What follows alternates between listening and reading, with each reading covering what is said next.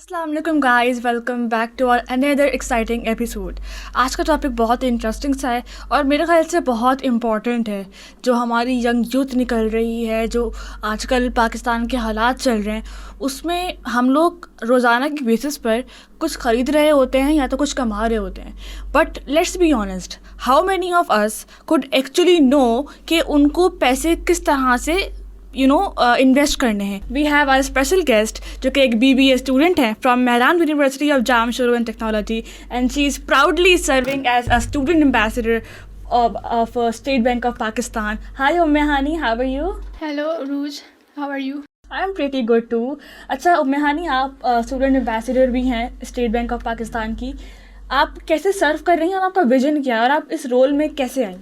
Yeah, so Uruj, it's a very great honor for me to be an ambassador for State Bank of Pakistan. Like I am representing my university there and State Bank here as well. Or to be honest, for me, this isn't just about the title, because we are in a mission to make our country financially literate, and we have been working on it for so long, and that is the main reason why am I here today, is to create awareness about financial inclusion in Pakistan especially. अच्छा, आपने एक word कहा financial inclusion, Yes. और हम लोग बात करते हैं फाइनेंशियल लिटरेसी के बारे में। ये कॉन्सेप्ट क्या है दोनों का? Okay, so Uruj, first you tell me that do you have a bank account? जी जी बिल्कुल। You have. Yes. So it means you are in a financial inclusion and you are included in financial literacy. So simply अगर मैं बिल्कुल core पर जाकर financial inclusion की बात करूँ तो फाइनेंशियल इंक्लूजन के अंदर हर वो शख्स जो कि हमारे फाइनेंसिंग सिस्टम का इस्तेमाल कर रहा है थ्रू आउट द बैंक, भले ज़रूरी नहीं है वो बैंक उनका कमर्शियल बैंक है, अगर वो डिजिटली भी बैंक को यूज़ कर रहे हैं तो हर वो इंडिविजुअल जो बैंकिंग सिस्टम और फाइनेंशियल सिस्टम में हैं वो हमारे पास फाइनेंशियली इंक्लूडेड कहलाते हैं and they are part of inclusion. So लेकिन फाइनेंशियल इंक्लूजन को समझने के लिए सिर्फ इतना काफ़ी नहीं है कि हम एक बैंक अकाउंट यूज़ कर रहे हैं, बिकॉज फाइनेंशियल इंक्लूजन को भी हम डिफरेंट पर्सपेक्टिव से देखते हैं। जैसे कि as a individual you must know about the how banking system is working. First हमें ये बात पता होना चाहिए कि इन द यूनिवर्स हमारे पास दो तरीके के लोग एग्जिस्ट करते हैं, the one who have excess amount of money and the other one जिनके पास इतना एक्सेस अमाउंट ऑफ मनी नहीं होता, सो दे बोरो फ्रॉम समवेयर। सो जो एक हमारे पास हैं बोरोवर्स और दूसरे हमारे पास होते हैं लेंडर्स। बैंक्स क्या काम करते हैं कि इन बोरोवर्स और लेंडर्स के बीच में एक इंटरमीडिएटरी का रोल प्ले करते हैं। तो हमारे इकोनॉमी के अंदर दो तरीके से काम चल रहा है, एक बोरोइंग के थ्रू और दूसरा लैंडिंग के through. So first you need to understand about this, then second ये है हमारे पास कि suffering of money is so important.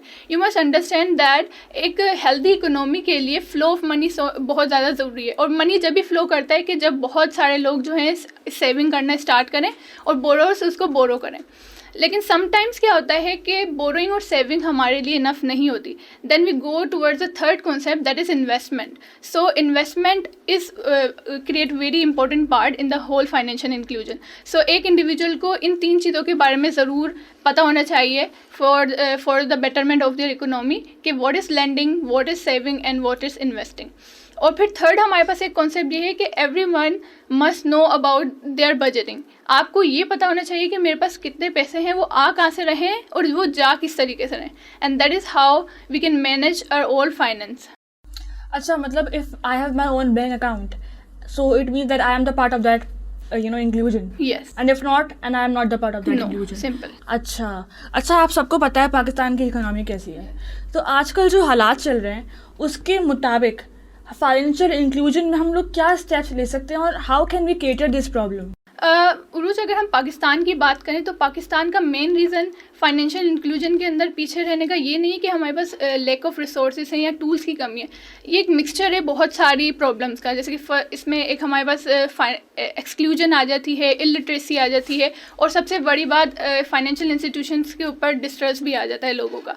सो मकसद मेरा कहने का ये है कि मोस्ट ऑफ द टाइम हम ये देखते हैं कि हमारे पास फाइनेंशियल प्रोडक्ट्स मौजूद हैं, हमारे पास रिसोर्सेज भी मौजूद है, लेकिन lack of literacy towards finance हमारी पब्लिक यूथ और स्पेशली एंटरप्रेन्योर्स भी वो उन चीज़ों को एक्सेस कर ही नहीं पाते हैं। सो यहाँ पर कुछ मेन इश्यूज़ हैं जिसको मैं आपको एक हाईलाइट करना चाहूँगी। तो सबसे पहले हमारे पास यही आ जाता है कि लैक ऑफ हमारे पास फाइनेंशियल लिटरेसी है पाकिस्तान के अंदर। अगर हम देखें तो अराउंड 53% ऑफ पॉपुलेशन पाकिस्तान की still out of the financial literacy है, यानी कि वो एक्सक्लूडेड है। अब वो 53% हमारे पास वो पॉपुलेशन है जिन्होंने कभी बैंक्स की शक्ल देखी ही नहीं है, यानी उनको पता ही नहीं है कि बैंक भी हैं और हम इस तरीके से भी ये स्ट्रीम भी यूज़ कर सकते हैं। उनका पेमेंट का मेथड क्या है? कैश है, यानी कि वो सिंपली कैश के थ्रू अपनी पेमेंट कर रहे हैं। सो बाकी जो रिमेनिंग हमारे पास 48% ऑफ द इकोनॉमी है, फिर वो किस तरीके से रिलाई कर रहे हैं कि उसके अंदर में कुछ हमारे पास लोग ऐसे हैं जो बैंक अकाउंट रखते हैं। अब ये 48 हमारे पास वो है जो बैंक अकाउंट रख रहे हैं सब, लेकिन इस 48 के अंदर से भी कुछ लोग बैंक अकाउंट को सिर्फ इसलिए यूज़ कर रहे हैं जस्ट उसके अंदर आपने अपने कैश सबमिट करवाने और एटीएम से जाकर कैश लेना है, सिर्फ इतना यूज़ है। बाकी जो दूसरे यूजेस हैं, यानी कि बैंक्स अब डिजिटल पेमेंट करने लग गई हैं, वो उस तरफ जा ही नहीं रहे हैं। बैंक्स ने हमारे पास सिक्योरिटीज़ आ गई हैं, बहुत सारी इन्वेस्टमेंट की स्ट्रीम्स हैं, तो वो लोग स्ट्रीम्स की तरफ नहीं जा रहे। एक हमारे पास ये इशू है। फिर दूसरा हमारे पास जो मेन इशू आता है फाइनेंशियल लिटरेसी के ऊपर, वो है जेंडर गैप। पाकिस्तान की अगर हम 2015 की बात करें सर्वे की, तो अराउंड 11% ऑफ द वुमेन जो है वो सिर्फ फाइनेंशियली इंक्लूडेड थी। इट मीन्स कि अगर मैं 10 औरतों को उठाऊं और उनमें से कोई एक औरत ऐसी निकलेगी जिसके पास फाइनेंशियल जो कि बैंक अकाउंट रखती है, तो एक हमारे पास ये रीज़न है पाकिस्तान का पीछे होने में। दूसरा हमारे पास लिमिटेड एक्सेस टू बैंकिंग है कि अराउंड हमारी पॉपुलेशन जो है वो है 246 मिलियन की, लेकिन बैंक जो हमारे पास पाकिस्तान के अंदर मौजूद है वो है 1300 to 1400।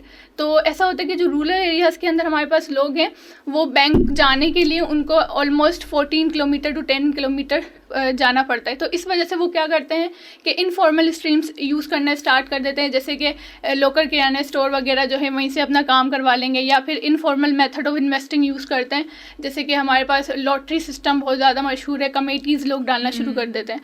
और एक जो लास्ट में कहूँगी कि मोस्ट इंपॉर्टेंट वो ये है कि यूथ की डिसकनेक्टिविटी बहुत ज़्यादा है हमारे यहाँ। अगर हम 12th क्लास तक भी मैं बात करूँ, इंटरमीडिएट तक कोई कॉन्सेप्ट ही नहीं है कि स्टूडेंट्स को फाइनेंस के बारे में पढ़ाया जाए।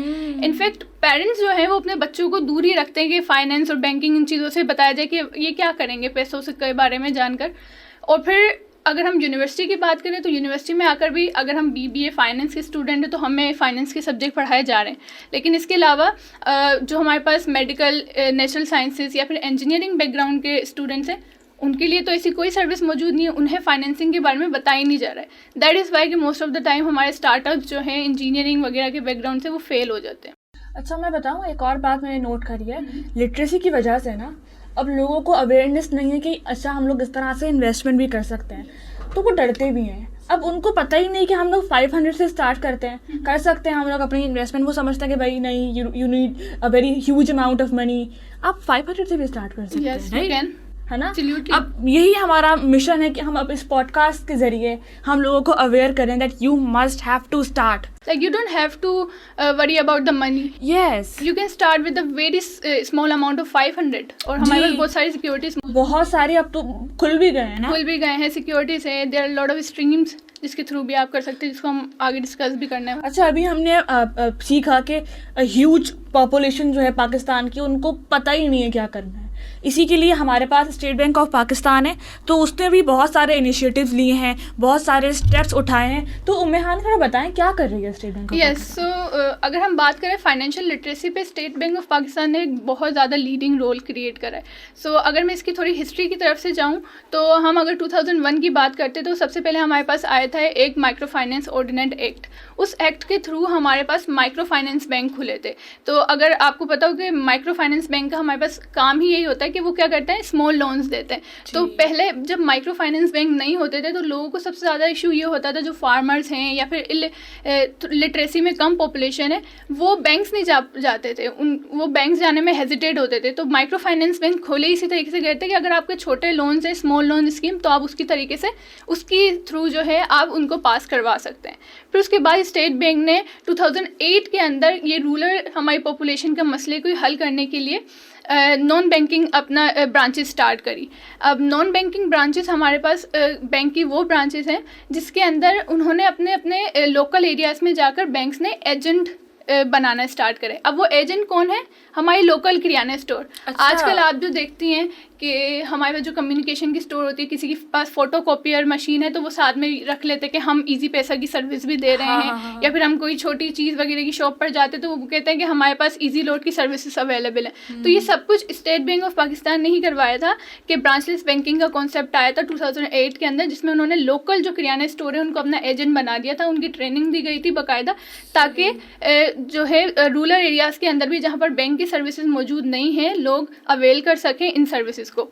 और अभी मैं बात करूँ तो अराउंड 6.5 मिलियन जो है agent through out the Pakistan फैले हुए हैं हमारे पास।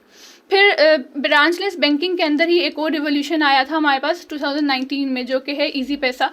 That is the first digital bank of Pakistan. और इजी पैसा ने बहुत ज़्यादा काम आसान कर दिया था, क्योंकि देखिए जब भी हम किराना स्टोर की बात करें तो वहाँ पर भी मोस्ट ऑफ द वुमेन्स और लोगों के लिए मोबिलिटी का इशू आ ही जाता था कि जाने का मसला है कहीं ना कहीं। तो इजी पैसा ने क्या कर दिया कि उन लोगों का वो वाला मसला भी आसान कर दिया, और एक डिजिटली जो है आपको मोबाइल के थ्रू आपकी पूरी ऐप आ गई। और अब अगर हम डिजिटल इजी पैसा को देखें तो वो इतना डिजिटलाइज हो गया कि उसमें QR सिस्टम और डिफरेंट पेमेंट आ गई है। बल्कि अब तो हम डिजिटल इजी पैसा को टेलीनॉर ने फुली एक्वायर कर लिया, तो वो अब TMBL के नाम से टेलीनॉर माइक्रो फाइनेंस बैंक की एक उसकी ही पार्ट है हमारे पास इजी पैसा। सो इजी पैसा के बाद अब 2015 के अंदर फिर स्टेट बैंक ऑफ पाकिस्तान ने अपना national financial literacy programme start करवाया था। That is also guard national financial inclusion strategy. फिर उसके तहत स्टेट बैंक ऑफ पाकिस्तान ने डिफरेंट ऐप्स हमारे पास और डिफरेंट सर्विसेज स्टार्ट करी लोगों के लिए। तो उसमें एक हमारे पास सबसे ज़्यादा जो इम्पोर्टेंट जिसने रोल क्रिएट करा है वो है आसान बैंक अकाउंट। आसान बैंक अकाउंट ने आसान आपको नाम से पता चल रहा होगा कि उसमें आसानी क्यों है, क्योंकि अगर आपके पास टच मोबाइल भी नहीं है तो यू जस्ट डायल *2262# और आप अपने कीपैड वाले जो मोबाइल होते हैं उससे भी अपना अकाउंट बना सकते हैं किसी भी बैंक के अंदर। सिर्फ आपको क्या होगा कि उसके अंदर कुछ बैंक्स का ऑप्शन आएंगे कि आपने किस में अकाउंट बनाना है और सिंपली आप बना सकते हैं। और आसान अकाउंट अभी भी स्टिल, क्योंकि वुमेंस का अभी भी मसला है कि वो बैंक जाने में हेसिटेट होती हैं बहुत ज़्यादा, तो वो घर बैठे भी आसान अकाउंट जिस भी बैंक के अंदर उनको बनाना है वो सिर्फ मोबाइल ऐप खोलेंगी और बना लेंगी अपना आसान अकाउंट वहाँ पर।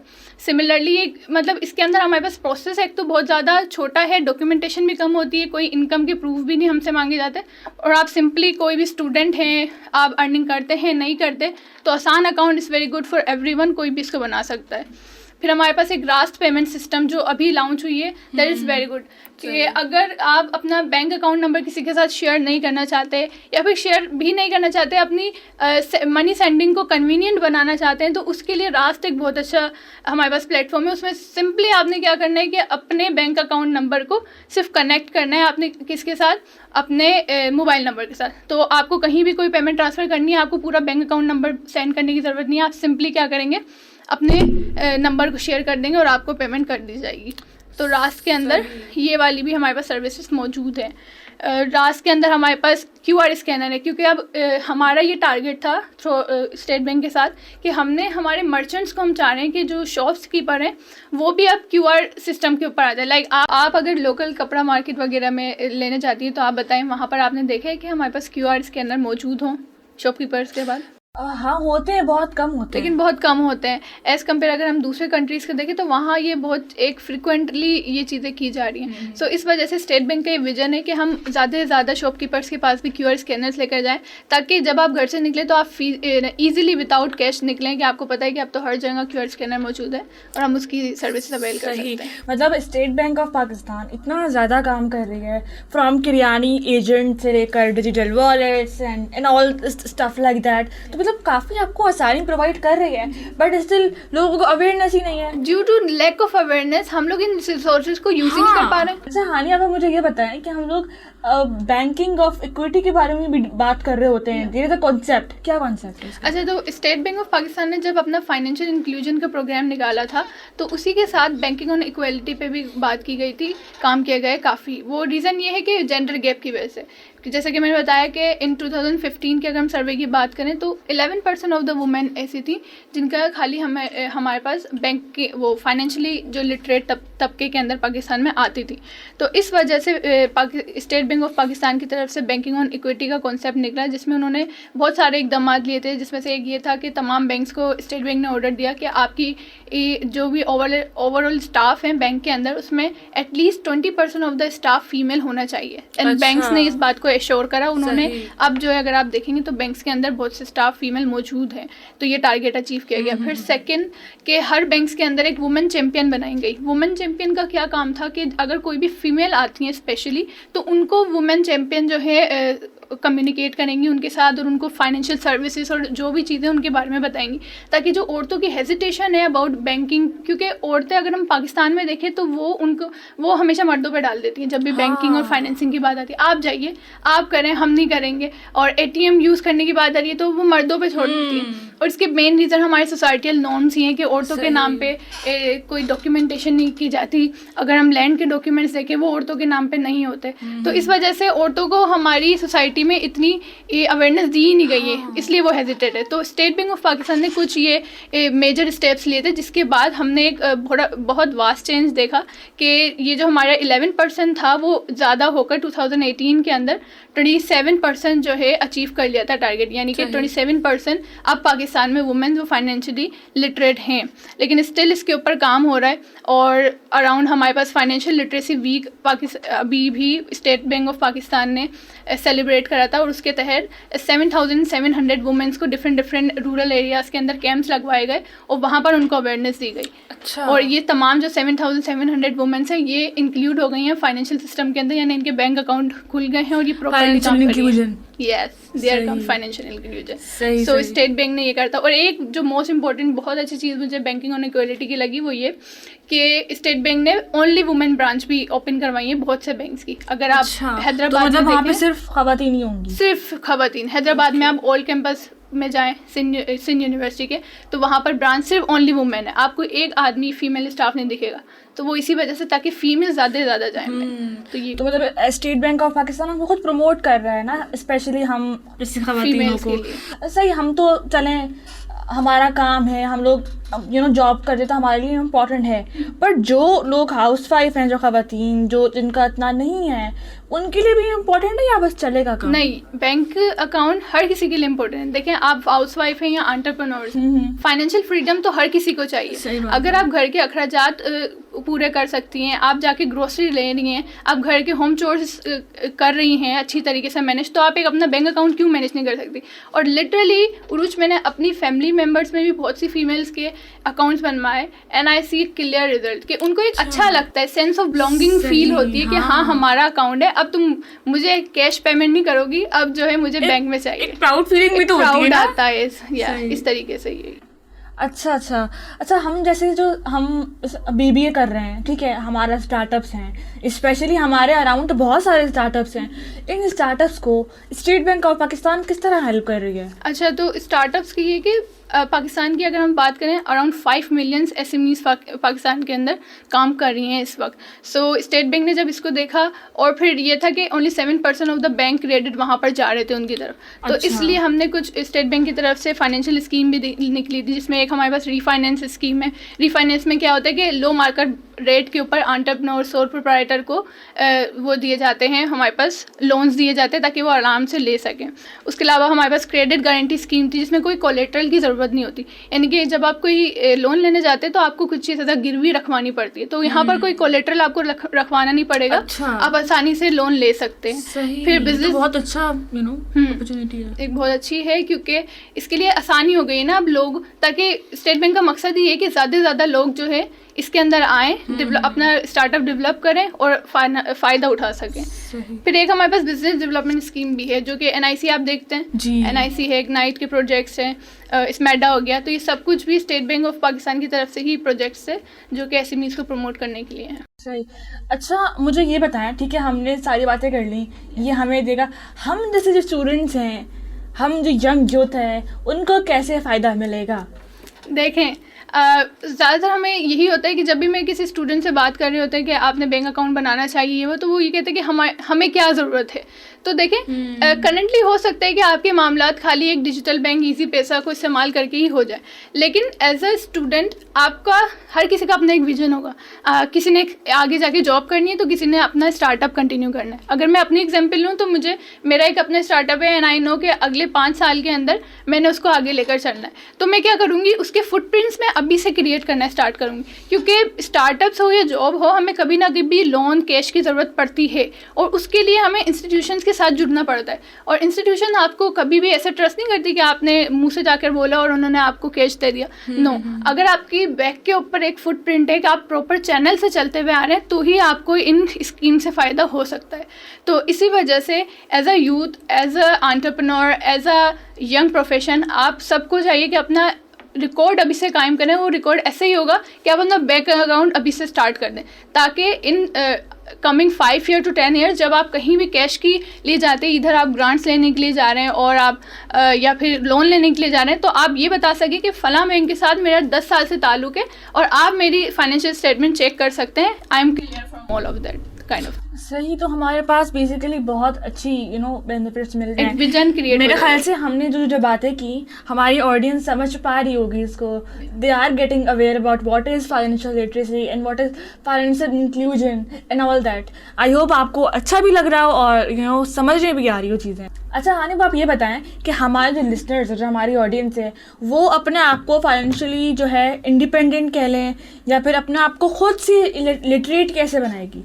ऑलराइट, सो देखिए फाइनेंशियल जब लिटरेसी की बात आती है, जब हम खुद पे उसको देखते हैं तो एक हमें ऐसा लगता है बहुत बड़ा जार्गन है। हाँ। और फाइनेंशियल लिटरेसी यानी फाइनेंस तो हमारे लिए है ही नहीं, ये क्या लोग डरते भी हैं, लोग डरते भी है फाइनेंस का नाम लेके। लेकिन मैं कहती हूँ finance is not just about कि आपने बहुत सारी इन्वेस्टमेंट या बहुत सारे पैसे चाहिए, एक राइट टाइम की ज़रूरत है। नो, अगर आप फ्यू कॉन्सेप्ट्स को भी अच्छी तरीके से समझ लेते हैं ना तो 95% ऑफ आपकी फाइनेंस कंप्लीट है और समझ लें आप फाइनेंशियली लिटरेट है।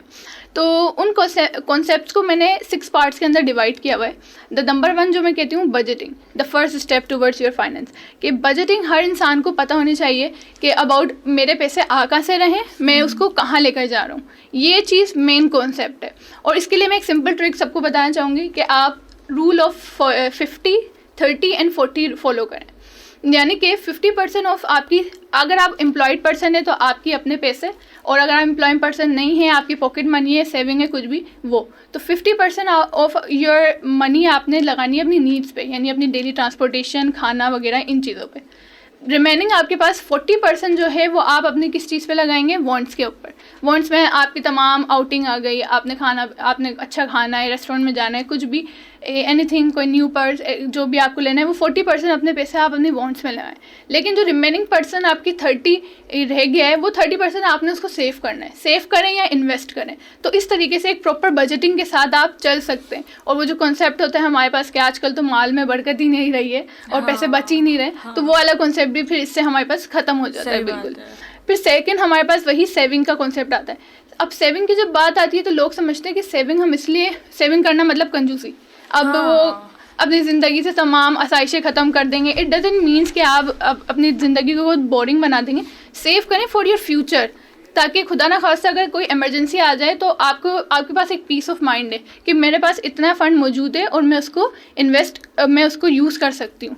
तो सेविंग इज़ सो इम्पॉर्टेंट, उसको हमने याद रखना है। The third concept that is my favourite, which is when money start working for you.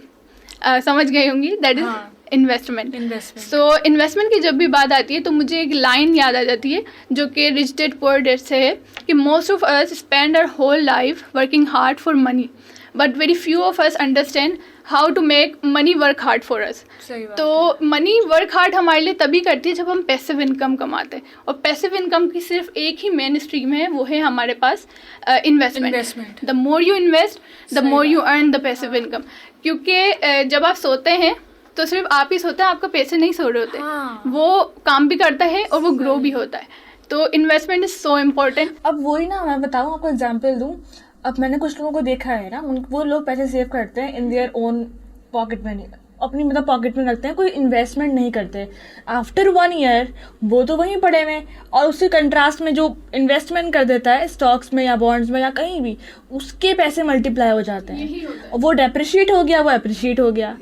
तो वो उनको यही हमारा मकसद है कि वो उसको जाने पहचाने। क्योंकि टाइम वैल्यू ऑफ मनी का कॉन्सेप्ट हम नहीं भूल सकते। हाँ। इन्फ्लेशन सबसे ज़्यादा इफेक्ट करती है मनी को। आज के आपके जो 1000 रुपये हैं वो कल के 1000 रुपये नहीं होंगे। अगर आप इनफैक्ट अपने पैसों को डबल भी नहीं करना चाहते तो उसको इस स्ट्रीम में रखने के लिए, उस 1000 को अगले साल का 1000 रखने के लिए भी आपको इन्वेस्ट करना पड़ेगा। हाँ, ताकि वो फ्लो में रहे।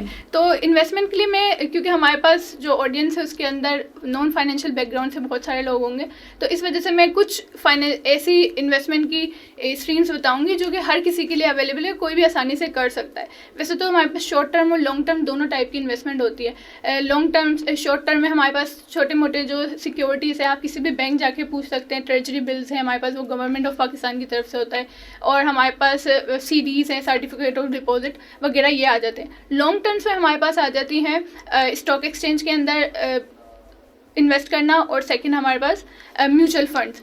म्यूचुअल फंड भी शॉर्ट टर्म में समहाउ आते हैं।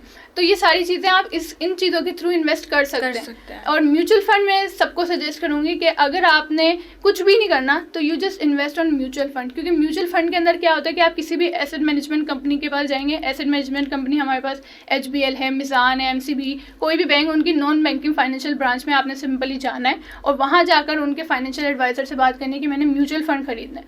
तो उसमें होगा ये कि म्यूचुअल फंड में आपको कुछ नहीं करना पड़ता। अगर आपको इन्वेस्टमेंट का कॉन्सेप्ट कोई पता नहीं भी है तो वहाँ पर एक्सपर्ट्स बैठे हुए हैं और वो आपके लिए इन्वेस्ट करेंगे। आपने सिर्फ और सिर्फ उन्हें अमाउंट देनी है। वो आपसे रिस्क पूछेंगे कि आप कितना रिस्क जो है एक्सपीरियंस कर सकते हैं। अगर आप बोलेंगे मैं बिल्कुल लो रिस्क चाहता हूँ, मुझे चाहिए ही नहीं कि मेरी कोई भी पैसे जो है लॉस में जाए, तो वो आपकी ऐसी जगहों पर इन्वेस्ट करेंगे पैसे जहाँ पर आपको बिल्कुल भी रिस्क का सामना नहीं करना पड़ेगा।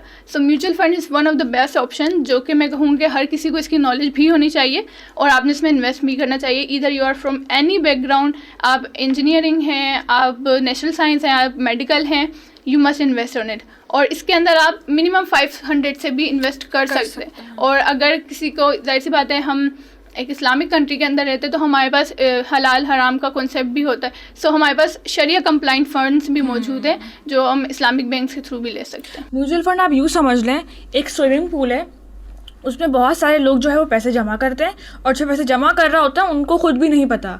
और उस स्विमिंग जो पूल होता है उसको गवर्न कौन कर रहा होता है? एक एक्सपर्ट, तो उसको नॉलेज होती है। अब आपको नहीं है, आप भले ही इसको कवर ना करें, बट जो जिसको है वो कर रहा होता है, जो रिटर्न होगा वो आपको मिल जाएगा। अच्छा, हम लोग उसको रैप अप करते हैं। हमारी ऑडियंस को, जिसको वो चाहते हैं कि वो इन्वेस्ट करें and they must be very aware about financial literacy, उनको आप क्या एडवाइस देना चाहेंगी? वेल, एडवाइस मैं यही देना चाहूँगी कि don't wait for the right time और right salary, just start from today. क्योंकि महीने के स्टार्ट पे ब्रोक होना इससे ज़्यादा इमोशनल हो जाता है एज़ कम्पेयर टू बजटिंग, कि आप स्टार्ट में बजटिंग कर लें तो वो बेटर है। सो एक उर्दू का कोट है, दैट इज़ मंजिल मिलेगी भटक कर सही, गुमराह तो वो हैं जो घर से निकले ही नहीं। सो यस, आज की पॉडकास्ट हमारी बहुत बेहतरीन रही एंड मुझे तो बहुत कुछ सीखने को मिला, मुझे बहुत मज़ा भी आया, because this is my favourite topic. हम लोग वैसे भी ऑन ऑफ कैमरा भी बात करते रहते हैं इस बारे में। सो बहरहाल उम्मीद करती हूँ आपको हमारी जो पॉडकास्ट है वो बहुत मज़े की लगी होगी, बहुत कुछ समझ में आया होगा, और जो हमारा मिशन था कि आपको अवेयर करना वो हमने किया। So till then take care, अल्लाह हाफिज़।